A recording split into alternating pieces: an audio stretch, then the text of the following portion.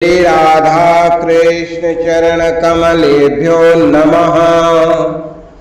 श्री नंद नंदन भाग 47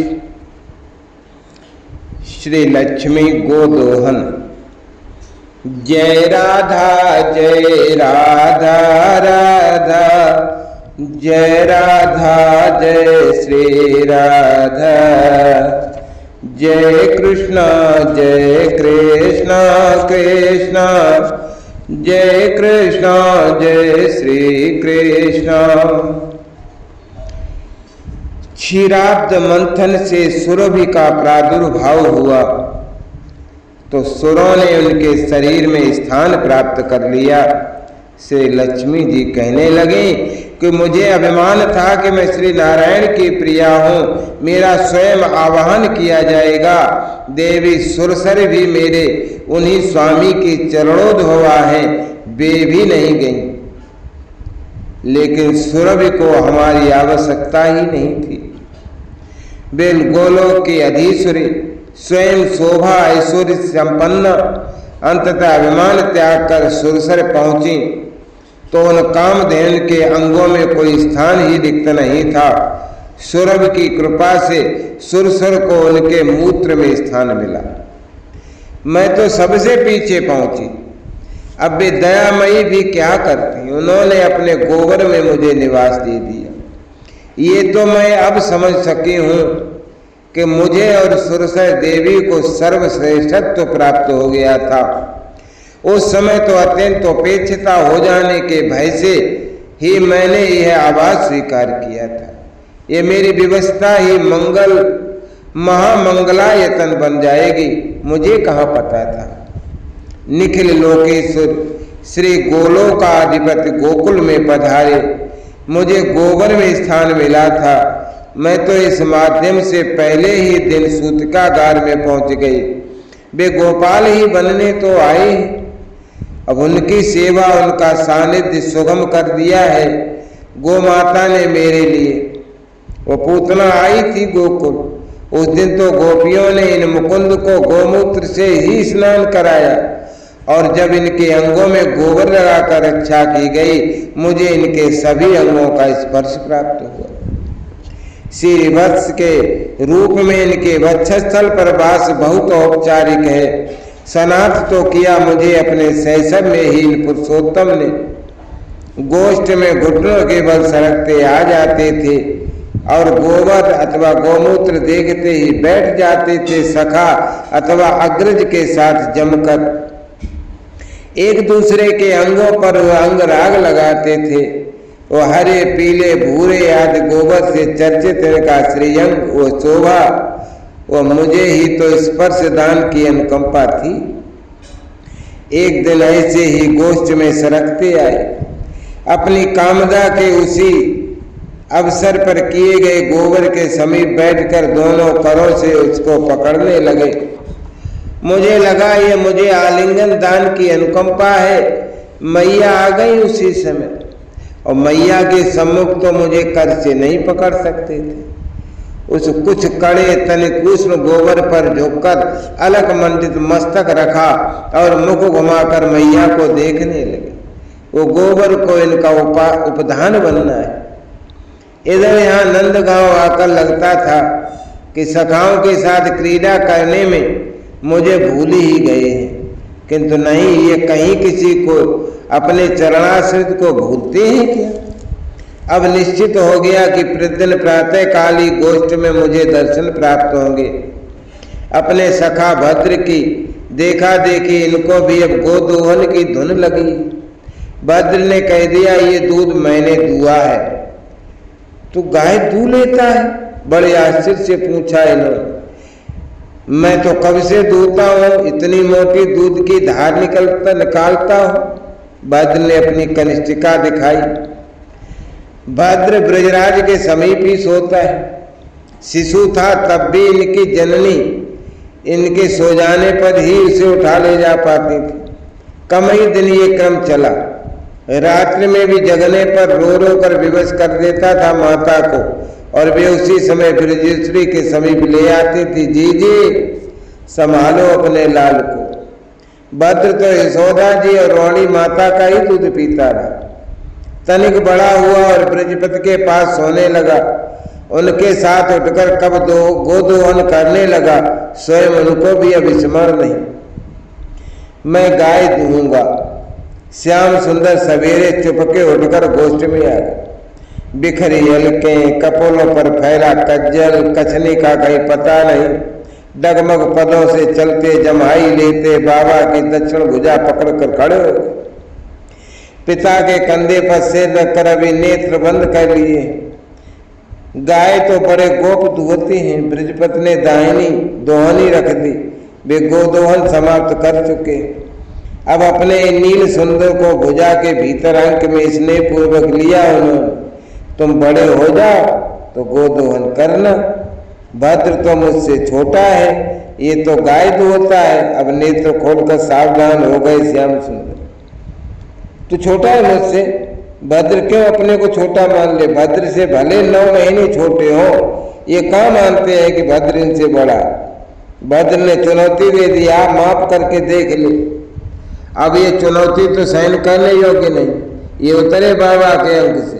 ये दिगंबर और कछनी बांधे भद्र दोनों कन्नों पर भुजाएं रखकर सटकर सिर से सिर सटाकर खड़े। दोनों नीचे दिखते कि ऊंचाई पर तो है, ऊंचाई पर तो नहीं खड़ा है। बाबा मैं बड़ा हूँ, दोनों पूछते। दोनों पंजे उठाकर उचकते। इसमें बाबा कैसे देख सकते हैं कि भद्र 1 अंगुल बड़ा है? तुम अपनी मैया से पूछो। बाबा मुस्कुराते। उन्हें भी दूध लेकर भवन में जाना। इस कन्हई के लिए पद्मगंधा कामदा का दूध तो वे स्वयं दूहते। अरे कहाँ चला गया था तो? मैया लग गई थी उठते ही दूध दधिमंथन संभालने तथा अपने नीलमणि के लिए नवनीत प्रस्तुत करने में, और ये तो चुपचाप गोष्ठ में पहुंच गए। मैया ढूंढने ही निकलने वाली थी। भद्र और श्याम दोनों दौड़ते हुए आए और उसके पैरों को भुजाओं में भरकर खड़े हो गए। मैया को इन्हें कलेऊ कराना, वो चाहती झटपट इनका मुख धुला दे। मैया मैं भद्र से बड़ा हूं ना, कन्हई को अभी निर्णय कराना। ये मुझसे छोटा है, तू माफ कर बता दे। भद्र को भी ये झगड़ा अभी मिटाना। तुम दोनों बड़े हो। मैया हंसती नहीं। मैं छोटी हूँ, अब मुख धुलवाओ। मैं ही छोटी, तुम दोनों बड़े। नहीं, भद्र छोटा है। श्याम ऐसे कैसे मान ले?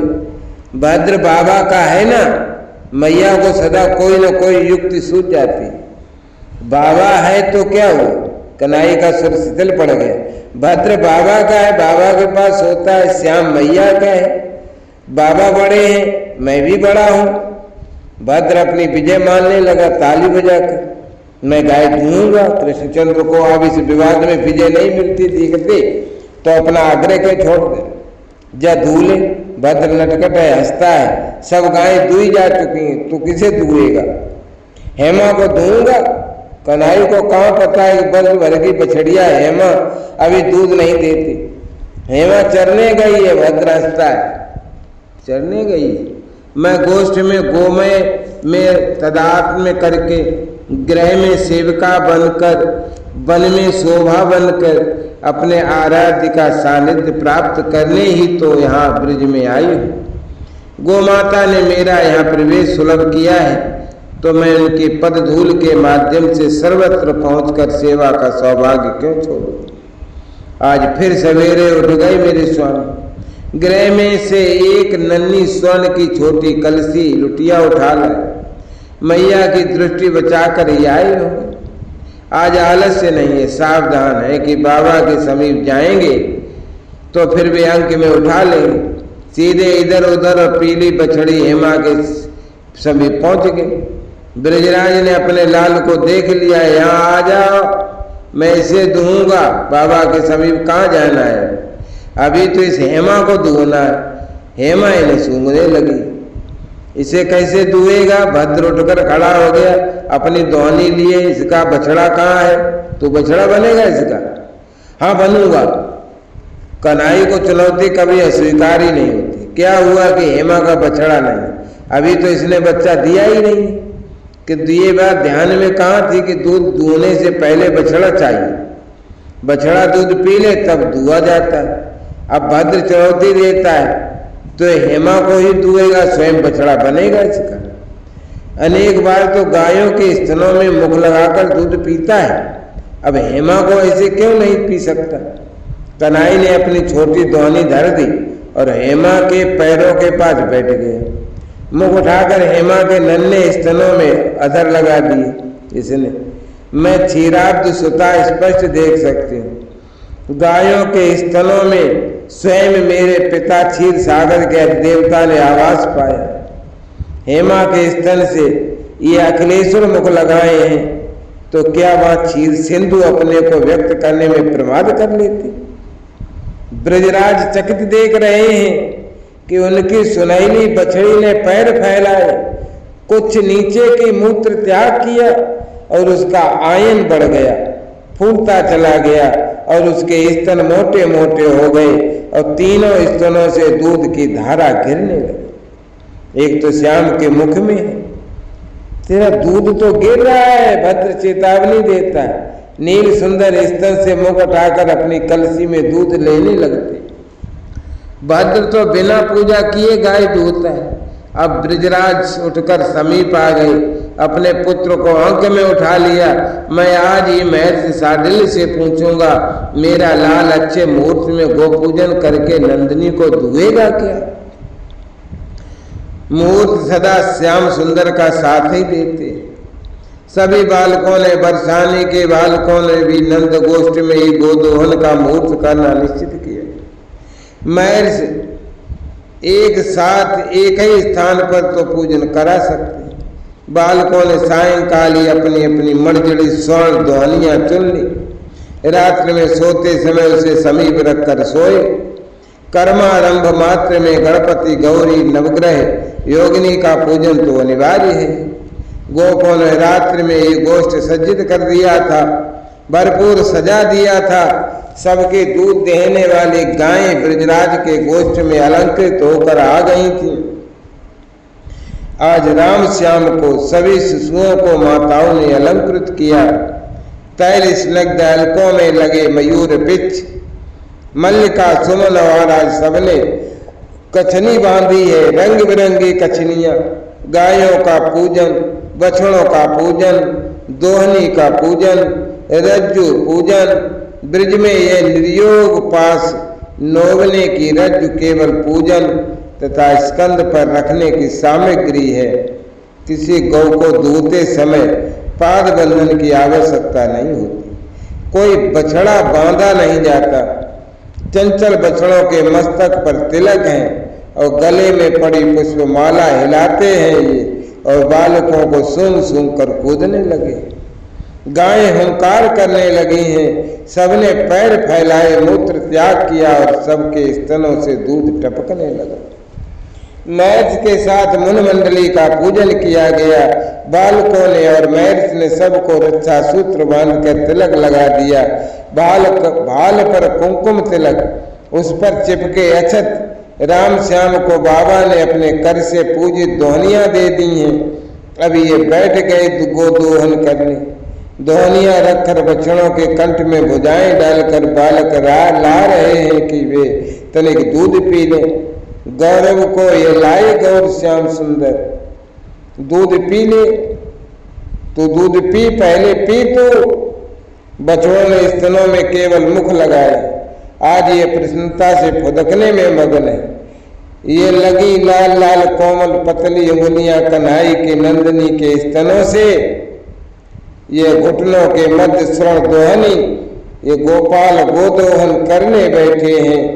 इनकी उंगलियों का स्पर्श पाकर तो स्तनों के क्षीर सागर को उमड़ना ही था। मुझसे अधिक सौभाग्य है देवी सुरसरी का। गायें तनिक तनिक मूत्र त्याग मध्य में भी करती हैं। गोमूत्र में निविष्ट भगवती गंगा, स्तनों से झरती अजरस्य उज्जवल दुग्ध धारा। दोहनियां पात्रों में भरने पर गोप रिक्त करते हैं और पात्र लाने को दौड़ रहे। आज किसी भवन में कोई जल कलश भी क्यों दूध से भरे बिना रह जाए। भगवान महेश्वर के मंदिर में तो आज अहरनिश अखंड दुग्धाभिषेक होना ही है। समस्त आसपास के देव मंदिरों में लक्षाभिषेक की व्यवस्था प्रारंभ हो गई। मैं सेविका हूं, मुझे आज्ञा पालन करना ही है। मैं से मंत्र पाठ पूर्वक मेरा आवाहन करते हैं और उनका स्मित स्पष्ट कर देता है कि इन सर्वज्ञ को मेरी उपस्थिति का पता है। आवाहन की आवश्यकता तो किसी सुर को नहीं है, किंतु महर्ष को भी तो मर्यादा का मान रखना है। इस मर्यादा से विवश ही मुझे पूजा स्वीकार करनी है। मेरी अपनी भी रुचि है। आज संपूर्ण ब्रज, यहाँ के पशु पक्षी तक श्याम सुंदर के इस प्रथम गोदोहन के दूध से बने पायस का प्रसाद प्राप्त करें। मैं ब्रजराज तनय के पावन पदों की विनम्र दासी, वो प्रसाद मेरी परम रुचि है और वो तो मैं प्राप्त करूंगी। बहुत चपल है मेरे ये स्वामी और इनके सखा। एक गौ के नीचे से उठकर दूसरे के नीचे बैठ जाते हैं। आज किसी को अपने करों से दोहन करने के सौभाग्य से वंचित करें, ये कृपा में सब सखा स्थान परिवर्तित करते हैं। तो धन्या को दो, मैं अरुणा को दूंगा। गोपियां मंगल गान कर रही हैं, वाद्य तथा शंख बज रहे हैं। वे प्रगण गायों का स्तुति के सूक्तों से स्तवन कर रहे हैं। गायें हंकार कर रही हैं, बछड़े फुदक रहे हैं और गोदोहन चल रहा है। गोपों में पात्र लाने, दुग्ध भरने की दौड़ा दौड़ी चली हो रही है। पूरा गोष्ठ पिछल हो गया है गोदुग्ध से और बालकों के अंग दुग्ध के उज्जवल बिंदुओं से विभूषित हो रहे। बस अब गोदोहन समाप्त करो। महर्षि ने श्याम सुंदर के समीप जाकर सस्नेह आशीर्वाद दिया। आकाश में अरुणिमा व्याप्त हो गई। अब समाप्त हुआ ये गोदोहन। बालकों ने अपनी अलकें संभाली, सब सुप्रसन्न है। अब यहाँ ब्रिज में तो दिन भर उत्सव चल रहा है। गाय उठते ही गोबर करती हैं। मैं उस गोमय में स्थित प्रभात से पूर्व ही अपने स्वामी का दर्शन एवं पाद स्पर्श पा जाती हूँ। अब बिना बालकों के तो गोदोहन संपन्न नहीं हो सकता। गायें हंकार करने लगती हैं। बछड़े गोष्ठ द्वार उन्मुक्त पा जाएं तो सीधे नंद भवन के भीतर पहुंचे। गोप कितना भी प्रयत्न करें, नील सुंदर के आए बिना ये कहाँ अपनी माताओं के स्तन में मुख लगाते हैं। मैया ब्रजेश्वरी की उलझन बढ़ गई है। वे जानती हैं कि गायों की हुंकृत सुनते ही उनका नीलमणि गोष्ठ की ओर भागता है और उसे यदि पहले उठाकर मुख न धुला दिया जाए तो बिना मुख धोए ही गोष्ठ में चला जाएगा और लौटने में फिर विलंब होता है। लौटते ही माखन मांगेगा। क्षुधा कहाँ सही जाती है शिशुओं से, लेकिन ये मांगते ही भर है। मुख झूठा हुआ बस, फिर तो मना फुसला कर कुछ थोड़ा खिला सको तो खिलाओ। बालकों की उंगलियां स्पर्श करती हैं गायों के स्तनों से और उनके दूध झरने लगता है। गोपों को तो केवल अब पात्र भरने रहते हैं। ब्रिज में अब गोदोहन ये नन्हे बालक करने लगे हैं। जय राधा जय राधा राधा, जय राधा जय श्री राधा, जय कृष्णा कृष्णा, जय कृष्णा जय श्री कृष्णा।